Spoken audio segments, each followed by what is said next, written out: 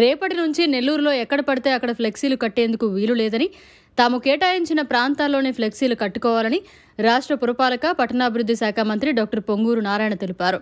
ఈ సందర్భంగా నెల్లూరు నగరం హర్నాథపురం సమీపంలోని సర్వేపల్లి కాలువపై ఆయన ఆకస్మికంగా పర్యటించారు. ముందుగా నారాయణకి స్థానిక నాయకులు, కార్యకర్తలు, ప్రజలు ఘన స్వాగతం పలికారు. ఈ క్రమంలో ఆయన ఇంటికెళ్లి ప్రజల్ని ఎంతో ఆప్యాయంగా మాట్లాడి వారి సమస్యలను అడిగి తెలుసుకున్నారు. స్థానికులు పలు సమస్యల్ని మంత్రి దృష్టికి తీసుకొచ్చారు. ప్రజల సమస్యలను వెంటనే పరిష్కరించాలని అధికారులను మంత్రి ఆదేశించారు. అనంతరం రాష్ట్ర మంత్రి డాక్టర్ పొంగూరు నారాయణ మీడియాతో మాట్లాడారు. నమస్కారాలండి. ట్రాఫిక్ ని రద్దీని తగ్గించడం కోసంగా 2014 నుంచి 19 దాకా ఈ సర్వేపల్లి కెనాల్ మీద ఒక 5 బ్రిడ్జ్లు కట్టాలని ఒక 2 బ్రిడ్జ్లు 3 బ్రిడ్జ్లు శాంక్షన్ చేసాము. ఈ బ్రిడ్జ్ మనం ఏదైతే ఈ రౌండ్ బ్రిడ్జ్ అంటారు, రౌండ్ కాలువ, దానికి సంబంధించి యాక్చువల్ గా శాంక్షన్ చేసాము. దాంట్లో ఇంకా కొన్ని వర్క్లు అంటే జాయినింగ్ రోడ్డు, సిమెంట్ రోడ్డు వేయాలి, కొద్దిగా రీటైనింగ్ వాళ్ళు అక్కడ కట్టాలి. ఇప్పుడే మా అధికారులకి చెప్పాను, ఇమీడియట్ గా దాన్ని ఎస్టిమేషన్ వేసి కంప్లీట్ చేయమని. తర్వాత ఈ సర్వేపల్లి కాలువ కట్ట ఎలక్షన్ తిరిగేటప్పుడు వాళ్ళందరూ ఒక రిక్వెస్ట్ అడిగారు. ఆ 2 ఇళ్ల మీద 2 వరుసలు ఇల్లు ఉన్నాయి, 2-3 వరుసలు ఉన్నాయి, కొన్ని దగ్గర 2 ఉన్నాయి, కొన్ని దగ్గర 3 వరుసలు ఉన్నాయి. వాటి మధ్య ఒక కాలువ ఉంది. ఒకప్పుడు బహుశా అది ఇరిగేషన్ కెనాల్, అది యాక్చువల్ ఇరిగేషన్ కెనాలే. ఇప్పుడు దాని మీద ఇరిగేషన్ లేదు. అయితే దానివల్ల అది కంప్లీట్గా సిల్ట్ తయారైపోయి భయంకరమైన వాసన వస్తూ ఉంది. ఎలక్షన్ అప్పుడు చెప్పాను దాన్ని కంప్లీట్ చేస్తాను.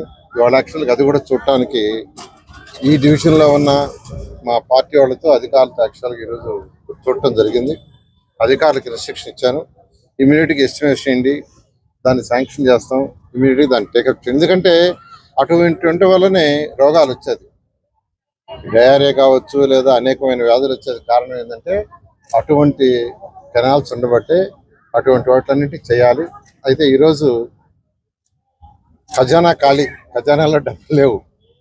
అన్ని విధాల ప్రభుత్వం తంటాలు పడుతుంది. ఎందుకంటే కేంద్ర ప్రభుత్వం 2019 నుంచి ఇచ్చిన ప్రాజెక్టులు 27,000 కోట్లు ఉన్నాయి.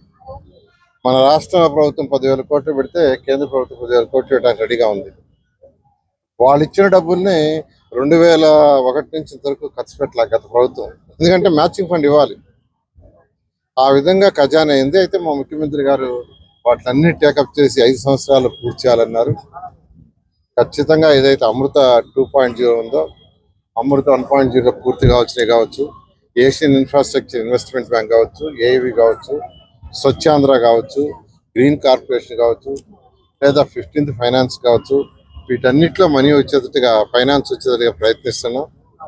కొద్దిగా విసులుబాగానే మిగతావి కూడా under ground drainage, drinking water నెల్లూరులో కంప్లీట్ చేయాలి. మిగతా కొన్ని మున్సిపాలిటీస్లో ఎస్టిమేషన్స్ కూడా చేయమన్నాం. వాటన్నిటినీ కంప్లీట్ చేయడం జరుగుతుంది. అయితే నేను నెల్లూరు ప్రజలందరికీ ఒకటి చెప్తున్నాను, నెల్లూరే కదా రాష్ట్రంలో ఉన్న అన్ని మున్సిపాలిటీస్కి టౌన్ ప్లానింగ్లో డీవియేషన్స్ చేయొద్దు. మీరు ఏదైతే కట్టుకోవాలనుకుంటారో వాటికి పర్మిషన్ సులభతరం చేస్తున్నాం, ఇంకా సులభతరం చేస్తున్నాం. లేఅవుట్లు కూడా పర్మిషన్ సులభతరం చేస్తాం. దానికి అనేక రాష్ట్రాలకి టీములు పంపించున్నాం, టౌన్ ప్లానింగ్ టీములు స్టడీ చేసుకురామని. ఈ నెలాఖరు లోపల రిపోర్ట్ సబ్మిట్ చేస్తారు. సబ్మిట్ చేస్తే వాటి అన్నిటి ముఖ్యమంత్రి గారికి చూపించి వారి పర్మిషన్ తీసుకొని లిబరలైజ్ చేస్తాం. అయితే ఏదైతే పర్మిషన్లు ఇస్తారో దాని వరకే కట్టండి. ఇర్రెగ్యులర్గా కట్టడం వల్ల ఇటువంటి ప్రాబ్లమ్స్ వచ్చేది. మనకు ప్రాబ్లమ్స్ వచ్చేది ఏంటంటే ఇర్రెగ్యులర్గా కట్టడం వల్ల మనకి ప్రాబ్లమ్స్ అన్నీ వస్తున్నాయి. అందువల్ల నేను అందరినీ రాష్ట్రంలో ఉన్న అన్ని మున్సిపాలిటీస్లో చెప్తున్నాను, నెల్లూరు వాళ్ళకి చెప్తున్నాను, అది చేయొద్దని యాక్చువల్గా రిక్వెస్ట్ చేస్తున్నా.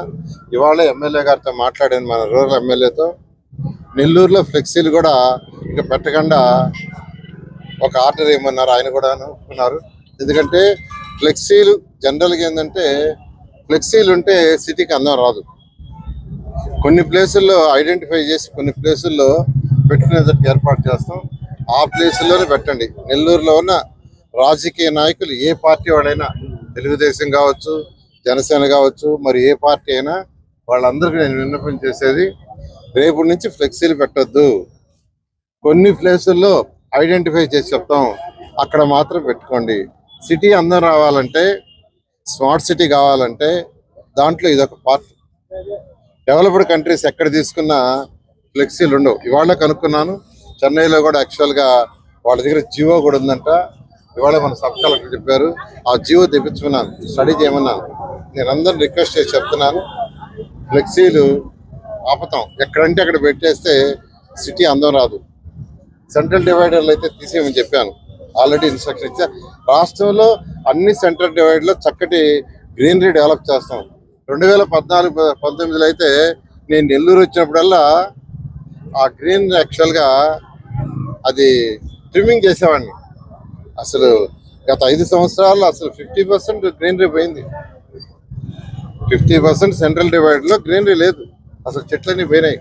ఇవాళే మున్సిపాలిటీలో ఆ గ్రీనరీ డెవలప్ చేసి అధికారుల గురించి యాక్చువల్గా ఇవాళ చాలా డీటెయిల్గా డిస్కస్ చేశాను. నేను నెక్స్ట్ వీక్ వచ్చేళ్ళకే మొత్తం ఆల్ సెంట్రల్ డివైడర్స్ మొత్తం చక్కగా గ్రీనరీ ఉండేటట్టుగా మీరు ప్లాన్ చేసి ఎస్టిమేషన్ చేయండి, దాన్ని శాంక్షన్ చేస్తామని. ఇలా నేను నెల్లూరు ప్రజలకు ఒకటే చెప్పేది, రాష్ట్ర ప్రజలకు కూడా అన్ని 1 by 1 చేస్తాం. ఇవన్నీ ట్రాక్లోకి రావాలంటే 1 year నుంచి 2 years పడుతుంది. ఎందుకంటే ఖజానా ఖాళీ, కొద్దిగా ఓపికగా ఉండాలని అందరినీ రిక్వెస్ట్ చేస్తున్నాను. Thank you. స్టేట్ లెవెల్ తీసుకొస్తున్నాను, అది పాలసీగా తీసుకొస్తాం. అయితే ముఖ్యమంత్రి గారితో డిస్కస్ చేసి అవి పాలసీలు తీసుకురావాలి. అయితే నెల్లూరులో ఫస్ట్ నెల్లూరు రూరల్ ఎమ్మెల్యే కూడా ఇవాళ యాక్చువల్గా ఒప్పుకున్నారు. నెల్లూరు కార్పొరేషన్లో ఫస్ట్ మొదలు పెడతాం. Thank you. మరిన్ని అప్డేట్స్ కోసం మన HN9 టీవీ ఛానల్ని సబ్స్క్రైబ్ చేసుకోండి.